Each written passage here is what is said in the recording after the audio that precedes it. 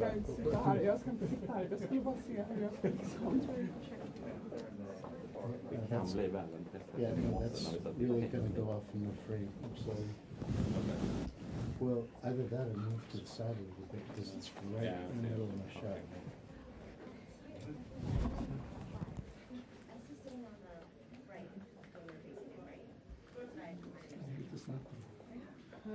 Jag har svårt att se eftersom jag liksom...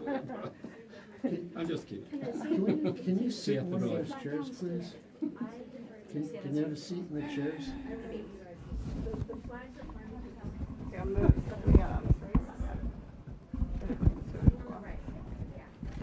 Can you have a seat, please, for us? Okay. Test 1, 2, 2.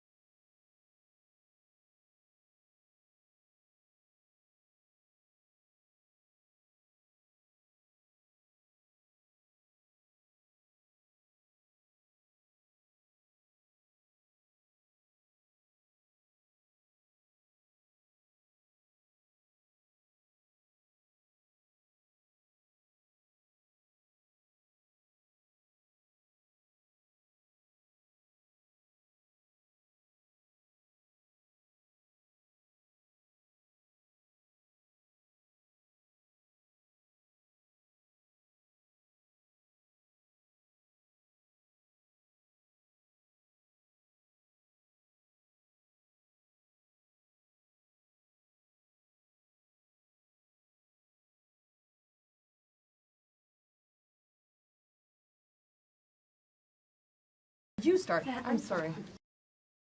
Excellencies, ladies and gentlemen, it is my honor to declare that the government of the United States of America and the government of Sweden will sign a Memorandum of Understanding on Technology Cooperation, the Technology Prosperity Deal. The Memorandum of Understanding will be signed by the US Secretary of State Marco Rubio and the Swedish Minister for Foreign Affairs Maria Malmö Stenergard. Excellencies, I invite you to share your remarks before proceeding to the signing of the memorandum. First, I invite Sweden's Minister for Foreign Affairs, Maria Malmö Stenergard, to speak, followed by US Secretary of State Marco Rubio. Thank you. So now it's my turn. Dear Secretary Rubio, dear Marco, it's such a pleasure to welcome you to Helsingborg and the NATO Foreign Ministers meeting. But right now we are here to celebrate a milestone in our bilateral relation by signing a technology prosperity deal. I can think of no better place to do this. Helsingborg is an illustration of our common history. In the 19th century, in this very harbor, tens of thousands of Swedes bid a final farewell to their homeland as they set out for a new and better future in North America. More than 100 years later, around 5 million Americans claim Swedish heritage. Our bilateral ties are strong and we are deepening our cooperation in key areas. In just the past years, Sweden has joined NATO, opened consulates general in both Houston and San Francisco, signed a bilateral defense cooperation agreement, and joined the US flagship initiative, Pax Silica. Today we are taking another step forward. This technology prosperity deal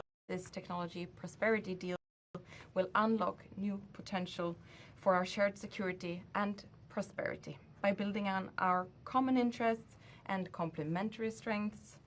This memorandum will deepen cooperation between our companies and bolster economic growth.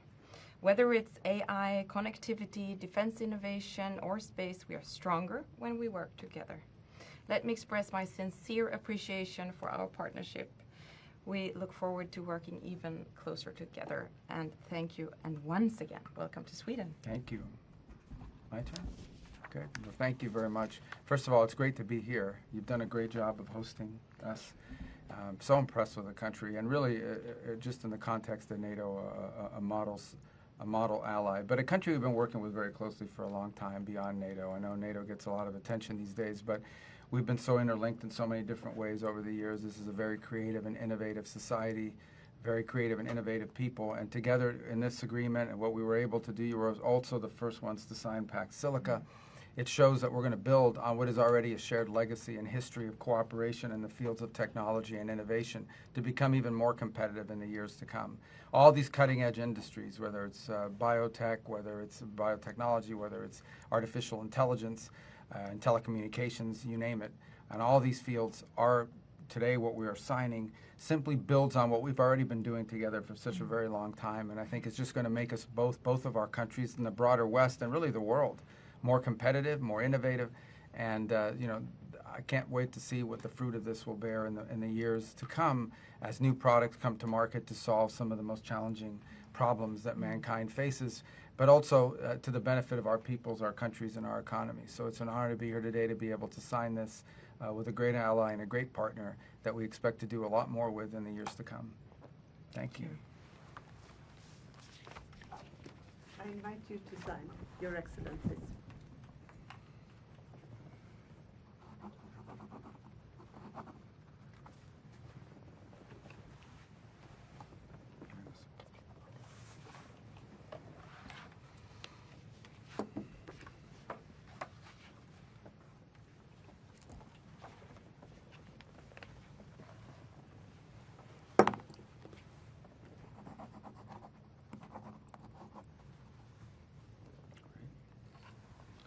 Do they want us to hold it up?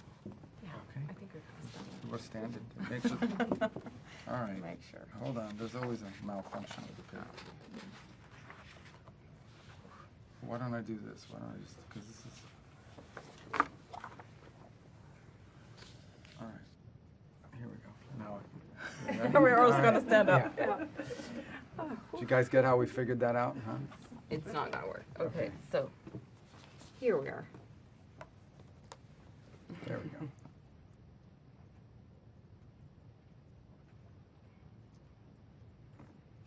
Great. Great. Got it. We just put these back. Yeah, got it. Don't lose these pages. Thank you so much. Thank This you. was great. Thank you. Thank It was you. great. Thank It's you very much. fantastic. Thank Thank you all. Thank you. Thank you, Your Excellencies. Thank you so much.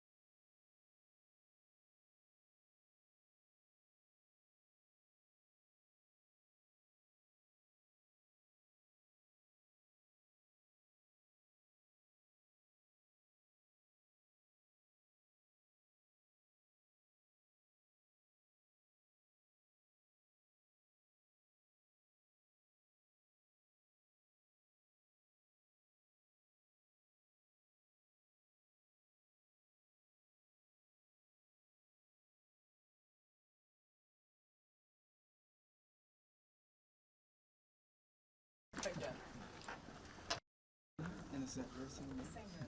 They just turned Yeah, it it's around. not the really same fast. room. It's the same room.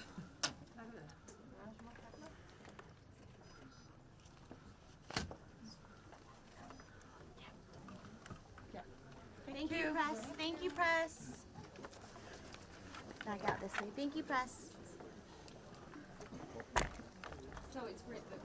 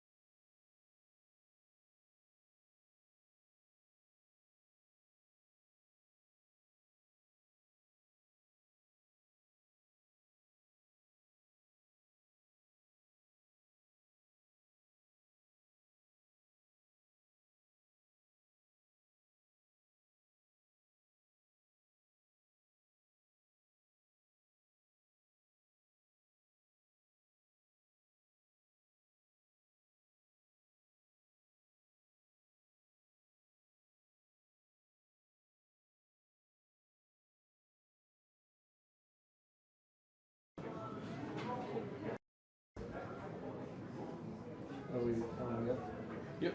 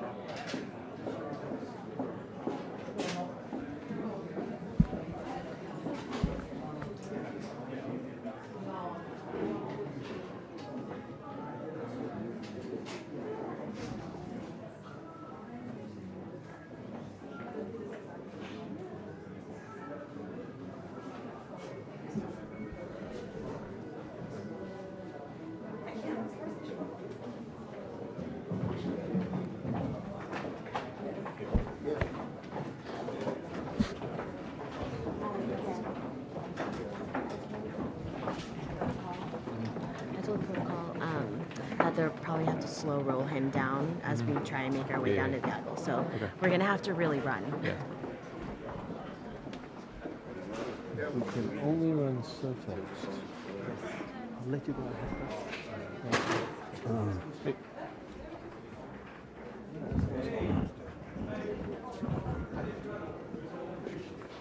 Yeah, were you, I know, but I was using the blue cable.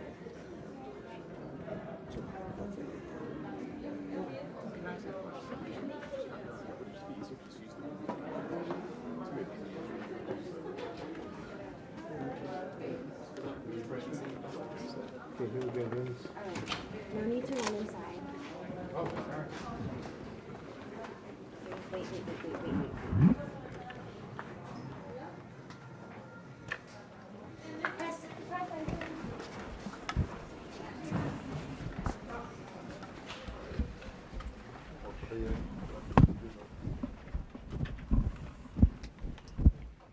That's in case you slip up and say something. He captures it on that microphone right there. Let's do that. Minister Fidan, do you expect Thank you, President Press. Trump for the NATO Thank you, leaders Press. meeting in July? Thank you.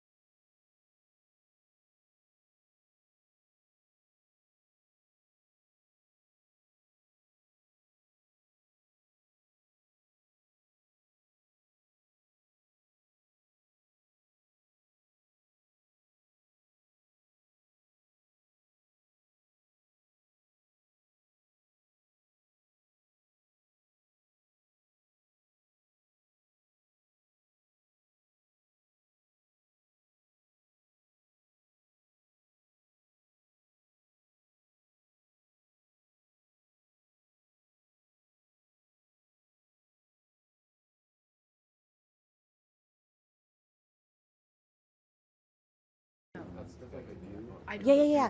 Can we move this way? If you want A a bit chance of that conversation, way? though, I would Yeah, rather sure. that than, like, it's okay. Can you move this way, guys, a little bit? How's this? A little more? Yeah, a little more, just because he's otherwise going to be giving a profile. Yeah. So it's not going to be a straight head on. Okay, how's this? Good? Hello? You won't be doing that. Who said that? Mic check. Mic check. Okay. All right. I know.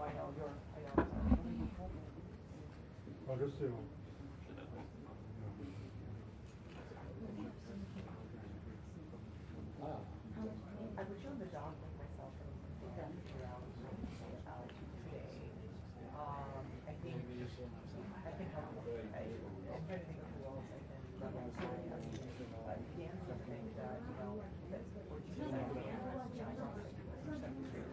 but what you said is what you presented, yeah, it's those roles. And, you know, the time. Right. But I shouldn't have.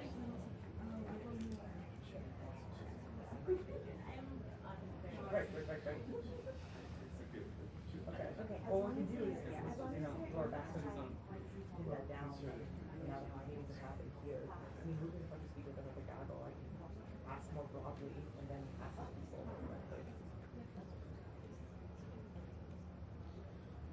Yeah, okay.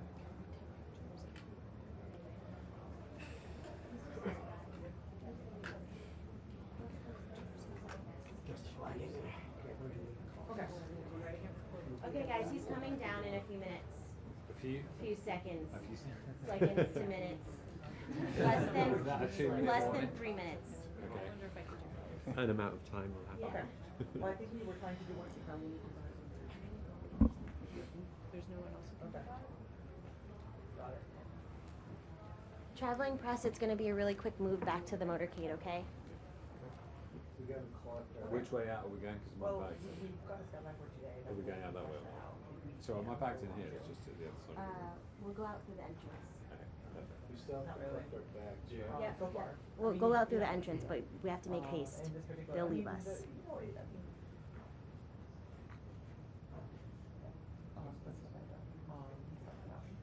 One, two, three, four, five.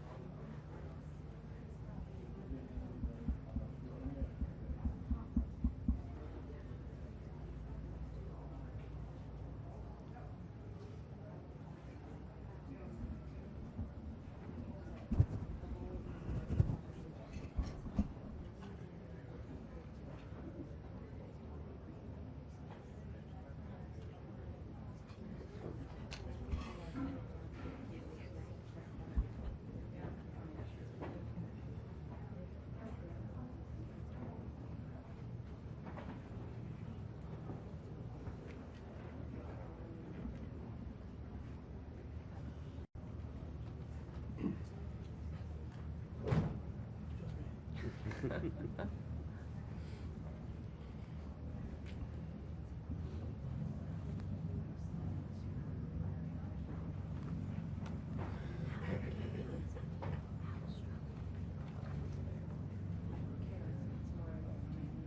there's nothing at the airport. You're okay? Yeah. Because sometimes it's a cool thing to see the people. No, I was more like, no, we're all good. We're all good. I just want to make sure because I'm trying to make space in advance for human rights. No. Yeah, that's okay too. Yes. Okay. We're absolutely. And you guys can head back. Okay. Okay. I love it. No, oh my gosh. Totally fine. I'm gonna record. Okay, yes. If you get any good pictures of the ambassador. Okay, yeah, sure. I'm gonna try to snap. Yeah. Okay. See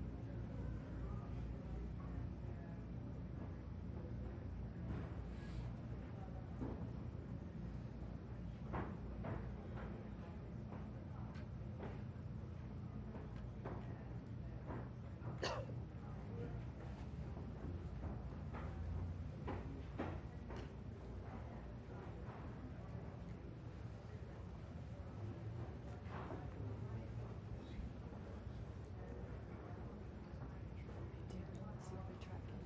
She's not going.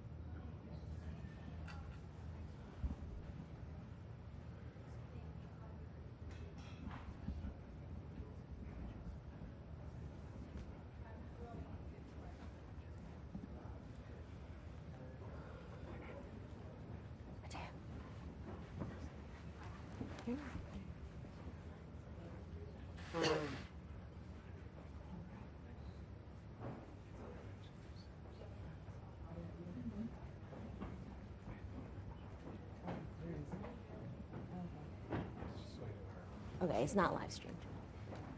In a sense. Yeah.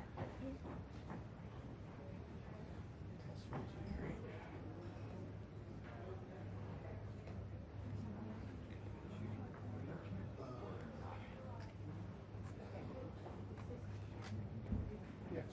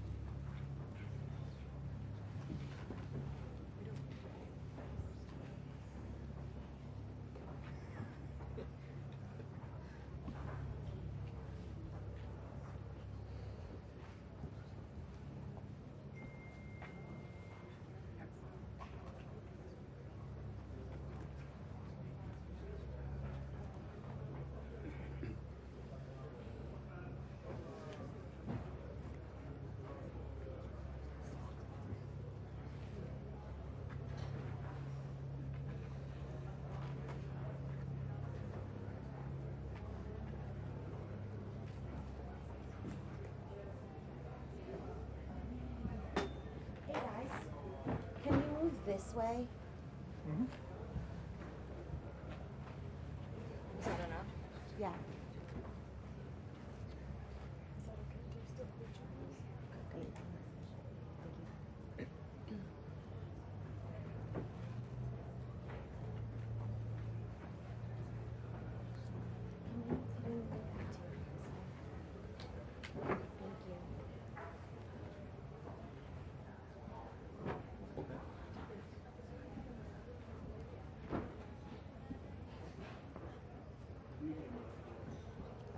Come on. So Julian has. Yeah.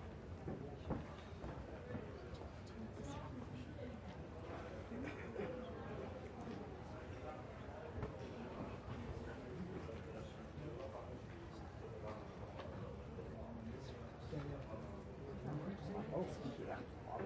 Okay. Oh, okay. Yeah, just be careful of the speaker. It's kind of moving over there.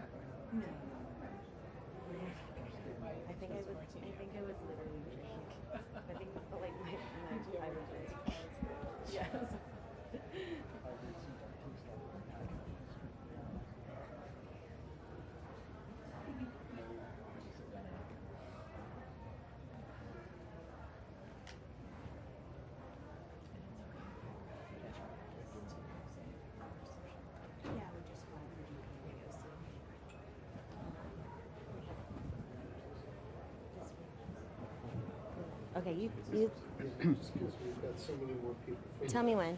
Right there. Okay. Is this perfect? Tell the truth. It's good? Mic check.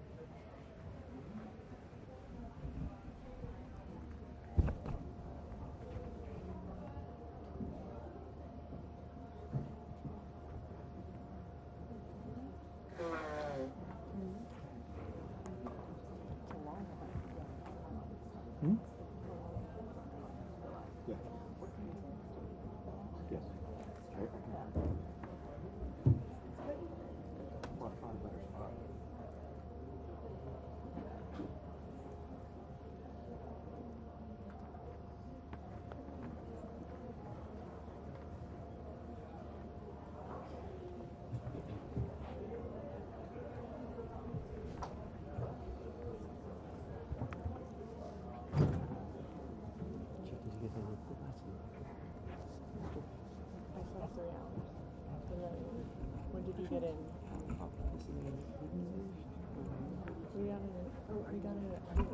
I got into my room at 4. I could have slept in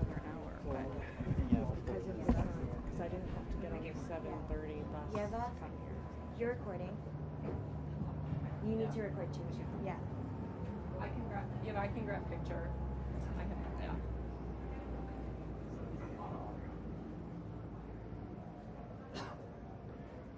Did you get off those two big seats on the plane? I got. Y'all, also when you ask your questions, just please raise your voice so that everyone can hear you. We're in a Rubio gaggle. Okay.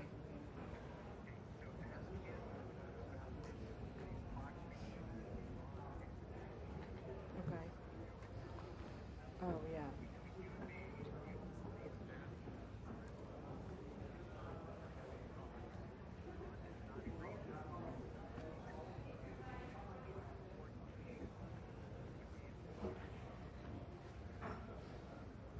Meaning with the Trump administration? Oh. Okay. No. Yeah. Okay. All right. Thank you. Okay. All right. Bye.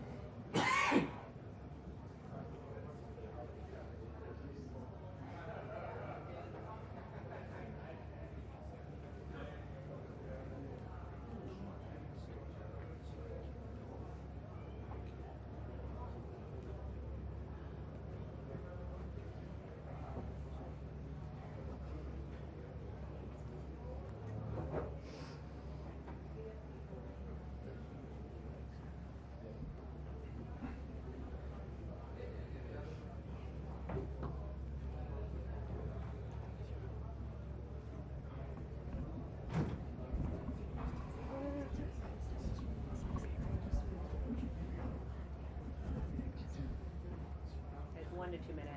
Morning.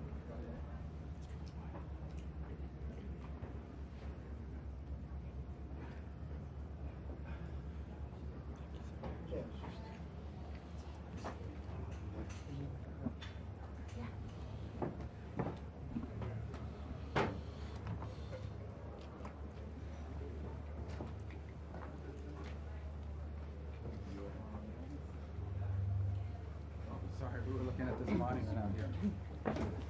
All right, let's go. I didn't even want to talk to you guys. They told me you have to talk to the press. Like, all right, let's do it. This troop boom was changing and allies acting for clarity. What was your message today? The Well, assurance- no, guys. First of all, the United States has global commitments for our military, so we are constantly reevaluating where we're positioning forces. And since the first day of this administration, the Department of War has been working on that, and that's known to our allies.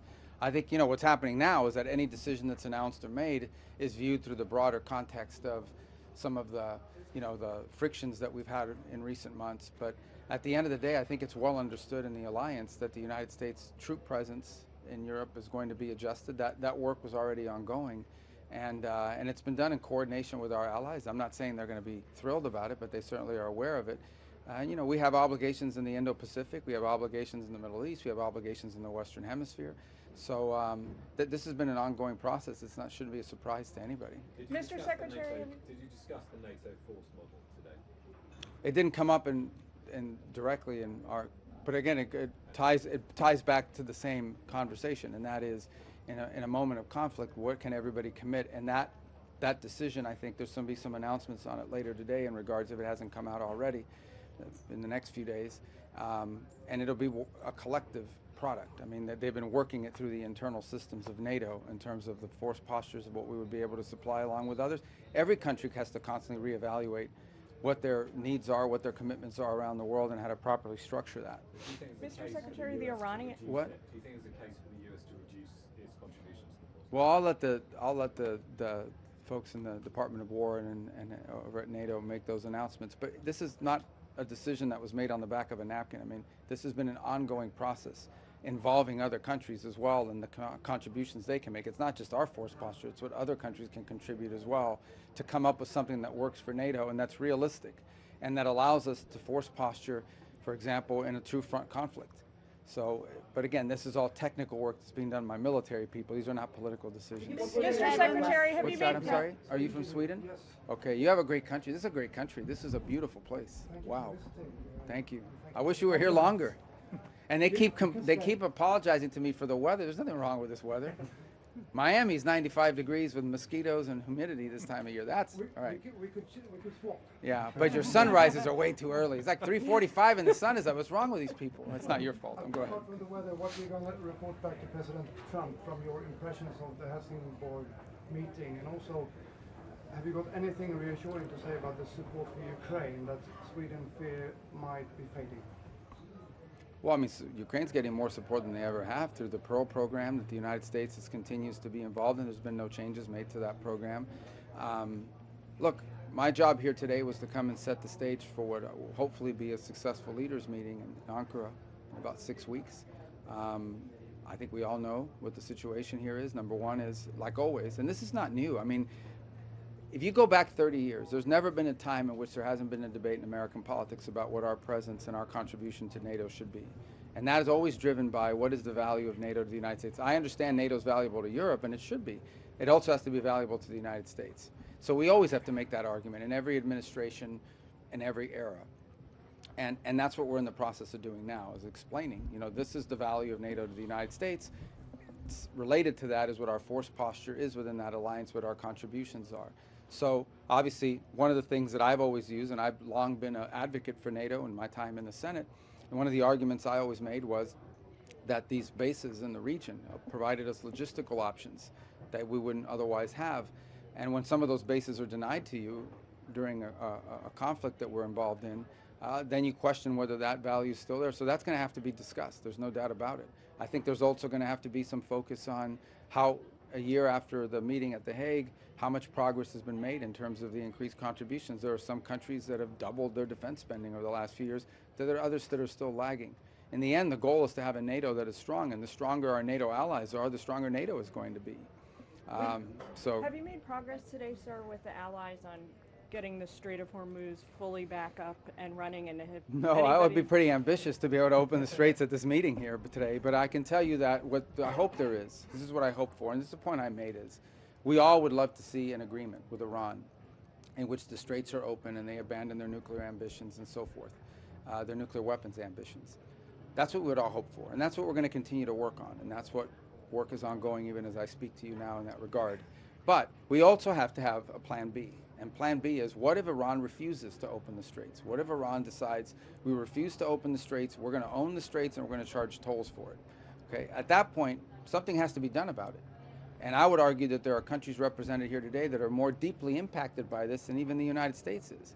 So all I'm saying, and I've said, and I think this has been reiterated by others, there are other countries that agree with me on this, is that we have to start thinking about what do we do if a few weeks from now Iran decides we don't care, we're going to keep the straits closed, we're going to sink any ship that doesn't listen to us or doesn't pay us. Then someone's going to have to do something about it. Okay, they're not just going to voluntarily reopen the straits in that scenario. So we have to start thinking about it. I raised that point today. I got a lot of nods. I got a lot of people that came up to me afterwards and acknowledged it, but we don't have an announcement for you today in terms of something that's happening. I know there's a plan in place for what to do if the shooting stops. It's what the French-UK initiative talks about when the conditions are set. Well, what they mean by where the conditions are set is when no one is shooting. And, but we have to have a plan B for if someone is shooting, you know, how do you reopen the straits? And so I made that point today. I don't know if that would be a NATO mission necessarily, but it would certainly be NATO countries that can contribute to it. Secretary of Canada or of European partners with regard to reopening the strait today? Anything that they can do? No concrete ask today. I mean, that's not what the purpose of this meeting was. But I raised the point I just made a second ago, and that is that at some point, you know, ideally they open the straits. You still, if let's say Iran decides to open the straits and say, okay, we're not going to shoot at people anymore, someone's still going to have to go in and reduce these mines. And some of these countries have a lot of minesweepers, so they could play a key role. And I think that's the utility of the UK-French mechanism that they've set up. But I'm saying plan B needs to be, what if Iran says, no, we refuse to open the straits? Then someone's going to have to go in and do something about it. That doesn't mean we couldn't do it. We could. The United States could do it. But there are countries that have expressed an interest in potentially being a part of something like that if, in fact, we get to that point. We don't need their help, but they're willing to do it. And I think we should take them up on it if they are. But I don't think there's been any firm commitments or firm asks today. It would be premature. But I just raised the issue that this is something we may need to confront at some point. Again, if we can't get an agreement done, we'd prefer to get an agreement done. Another Go Swedish ahead. question, please. Yes. It's your country. I have to. With the Swedish administration today, what was the most important outcome of that meeting? With your administration here? Yes. Oh, first of all, well, I told them what I told you. They did a great job of hosting this, and they've been a model ally, really a tremendous addition to NATO. Beyond that, we are cooperating. We have for a long time cooperated on issues of technology and so forth. As an example, Ericsson's a very important company. It's one of the only companies in the world that can compete in 5G and 6G with Huawei, for example. So we have a vested interest in that. We've partnered with Swedish companies for a very long time. Today we signed a memorandum of understanding that further adds to our cooperation on biomedicine, biotechnology, AI, all of these innovative, and we're building on a foundation of years and years, actually decades of cooperation between our two countries. In fact, the first country in Europe that signed on to Pax Silica was Sweden. So we have already sort of a pre-existing relationship when it comes to collaborating on innovation and in technology that just makes it logical to build on. And that's what we worked on today. And that I think is very meaningful, what we signed today, because I just think it's going to give further impetus to what we've already done in the past together. President Trump and President Laching of Taiwan if that happens? And Would I do what now? would you join a call between President Trump and President Laching of Taiwan if that call happens? And can you tell us if preparations are underway for that as the president? Yeah, I don't have any news on that for you today. I don't. Sir, President announced that 3.0. Is there a concrete timeline? Because many Europeans are maybe scared that we have less Americans. It's still the most powerful army in the world. So they want to know how much time do we have for this transition? Well, I don't set those timelines, and I'm not going to give you a timeline today other than to say that it's something that needs to happen, and I think there's a growing acknowledgement in Europe. And look, I think that's the challenge, okay, and there's not a criticism, it's the challenge. Even though this is a coalition in terms of NATO and even the EU, it's still a collection of individual states who all have different politics and all have different budgets and all have different political considerations. And understanding some of these countries have done a lot already and are doing, well ahead of schedule, and others not as much, and for a variety of reasons. And so that's always the challenge with this, is that it's at the end, even though it's an alliance, you're dealing with, individual countries who have their own political dynamics at play. And but look, it can't take forever, because ultimately there are decisions we need to make in terms of our own global force posture. Can you talk about the role of Qatar in terms of negotiating an end to the Iran war? There's some reporting today that a Qatari delegation negotiating team is in Tehran coordinating with the U.S. on trying to bring the war to an end. Well, the primary interlocutor on this has been Pakistan, and it continues to be, and they've done I think an admirable job, and that's who we continue to work through. Obviously, other countries, have interests, because especially Gulf countries that are, in the middle of all this, may have their own situation going on. We talk to all of them, but I would just say that the primary country we've been working with on all of this is Pakistan, and that remains the case. And it's my understanding he was supposed to go yesterday, but it could be as early as today, that Field Marshal Munir could be traveling there very, very soon. And we're in constant communication with him at the highest levels of our government, are constantly talking to him. The president announced that. Do you think that? Do you think that the administration has to respect the 76,000 threshold U.S. troops deployment in Europe, or set by Congress, or do you think you can go below that? Below the 76,000 troops. Are you asking me a legal question, like of our laws, or no? We need to. The United States has global military commitments. We've made commitments to South Korea, to Japan, to other places as well. We're constantly reevaluating the threat matrix in the world. Where could a conflict emerge? Are we properly postured, and so forth? And so this is always the work. Every Department of War, every Pentagon, over every administration has constantly had to reevaluate these things. And so, we'll continue to reevaluate. That's been an ongoing process. It started from the first day of this administration, and throughout it, in coordination with NATO countries. So none of this is surprising, although, obviously I understand why it creates some, nervousness. But I think there's a broad recognition that there are going to be eventually less U.S. troops in Europe than there has historically been, for a variety of reasons. In fact, there was a surge after for example, the movement of troops from Germany that was announced a week ago. The Germans didn't freak out about it because they knew it just took us back to the 2022 numbers, and it was, I think, a reduction of less than 11 or 12% of our total presence there. And understand sometimes when these numbers come out, these aren't just people with guns, these are support staff. I mean, there's all kinds of other things.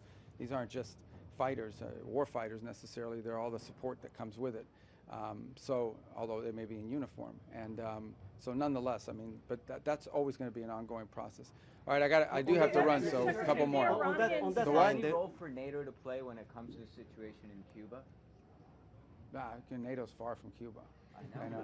Mr. Secretary, we haven't talked about that at all. What do you see as Sweden's role within NATO? Important. I mean, Sweden's been an incredible addition to NATO. Understand, there's a country that basically had to defend itself for a very long time, but it has a robust and mature manufacturing sector, industrial sector, technology sector.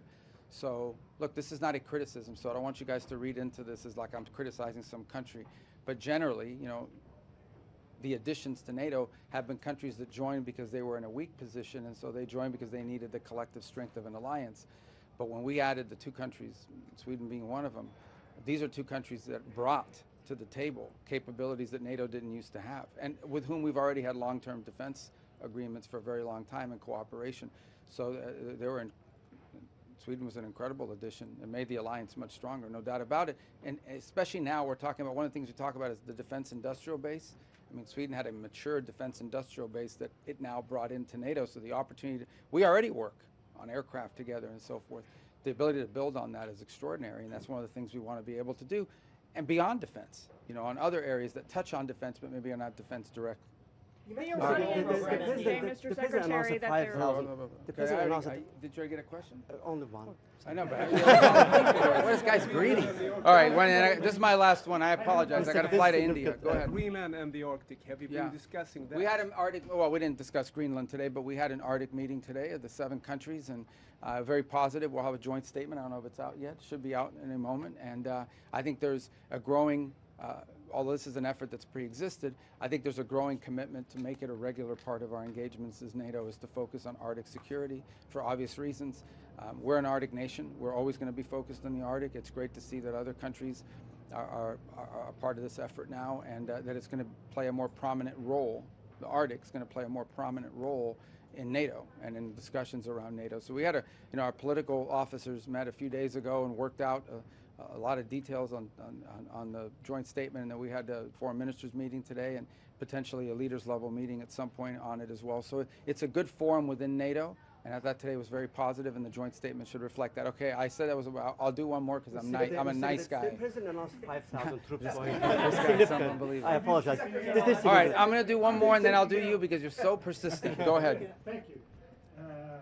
Have the peace negotiations under American leadership in Ukraine stalled? Do you think Europeans... Yeah, the peace negotiations on Ukraine under American leadership. Let me just say, we got involved, okay, because we were told we were the only ones that could do it. We were the only ones that the Russians and the Ukrainians would talk to. So we got involved. They were not fruitful, unfortunately. That's the play. We stand ready to continue to play that role, despite leaks that are not true, despite stories out there about us forcing the Ukrainians to take this position or that position, which are not true. If we see an opportunity to pull together talks that are productive, not counterproductive, and that have the chance to be fruitful, we're prepared to play that role. There are no such talks occurring at this time, but we hope that will change because that war can only end with a negotiated settlement. It will not end with a military victory by one side or the other, at least from a traditional standpoint of how military victories are defined. So it will have to lead, and if we can play a role in making that happen, the President is very much interested in doing it. We just, over the last few months, just sort of sensed that there wasn't a lot of progress being made, but maybe dynamics will change, and if they do, we stand ready to play whatever constructive role we can play. If someone else would like to handle it, they should. But it doesn't appear to be anybody else in the world right now that can handle it. So we're more than happy to do that if the opportunity presents itself to have constructive and productive talks. We're also not interested in getting involved in an endless cycle of meetings that lead to nothing. Okay. Mr. Secretary, very quickly. Yeah, I appreciate that. Very quickly. And then I gotta the go. president said that 5,000 troops will be going to Poland. Can you please clarify where will they be coming from? And separately, They'll be coming from America. From, I mean, They're Americans. And Oh, you mean and- specifically where? I'll leave the details on that to the Department of War to announce how these. 5,000 Yeah, but I mean, in fairness, I'll leave it to the Pentagon to tell you the specifics of how logistically that's going to work. You know, that's not my place to answer. Let me but- ask you something you can respond. Can I get your reaction to recent increasing Russian campaign targeting Baltic countries? Well, it's concerning. I mean, you always worry about escalation, right? You always worry about that. We understand, you know, these countries feel threatened by it, obviously, for obvious reasons. So it's a concerning thing because you always worry that something like that can spark into something bigger. And that's always a possibility. And so we're concerned about it. We're watching it carefully. We're obviously engaged with our allies in NATO on that regard in terms of what's happening, and we keep up to date. But the underlying response to your question is we're concerned about it because we don't want it to lead to some broader conflict that can really lead to something far worse. The Iranians today said, Mr. Secretary, that there's some forward movement. Yeah, I said the same thing. I can't believe I said the same thing that the Iranians did. There's been some progress. I wouldn't exaggerate it. I wouldn't diminish it. There's more work to be done, but look, yeah, there's been some, you know, and that's a good sign. I'm glad they said that. We're not there yet. I hope we get there. The president would prefer to do a good deal. But is you asked me if I'm optimistic. I don't characterize it as optimistic or pessimistic. We're going to respond based on the facts as we see them and as they emerge. So what the president has outlined as his priorities are clear. Iran can never have a nuclear weapon. The issue of highly enriched uranium has to be discussed. Its disposition has to be dealt with. And of course, the issue of future enrichment has to be dealt with as well. Those are the core pillars of any sort of agreement, in addition to opening the straits, of course. So I think there's been some progress, but we're not there yet. And hopefully that'll change. It may not. Honestly, it may not. We're dealing with a very difficult group of people. And if it doesn't change, then the president's been clear. He has other options. He prefers the negotiated option and having a good deal, but he himself has expressed, you know, concern that maybe that's not possible. But we're going to keep trying. I know our guys are still working on that very hard. So, all right, guys, thank you. Thank you, sir. Thank you. U.S. traveling press, we've got to get out of here.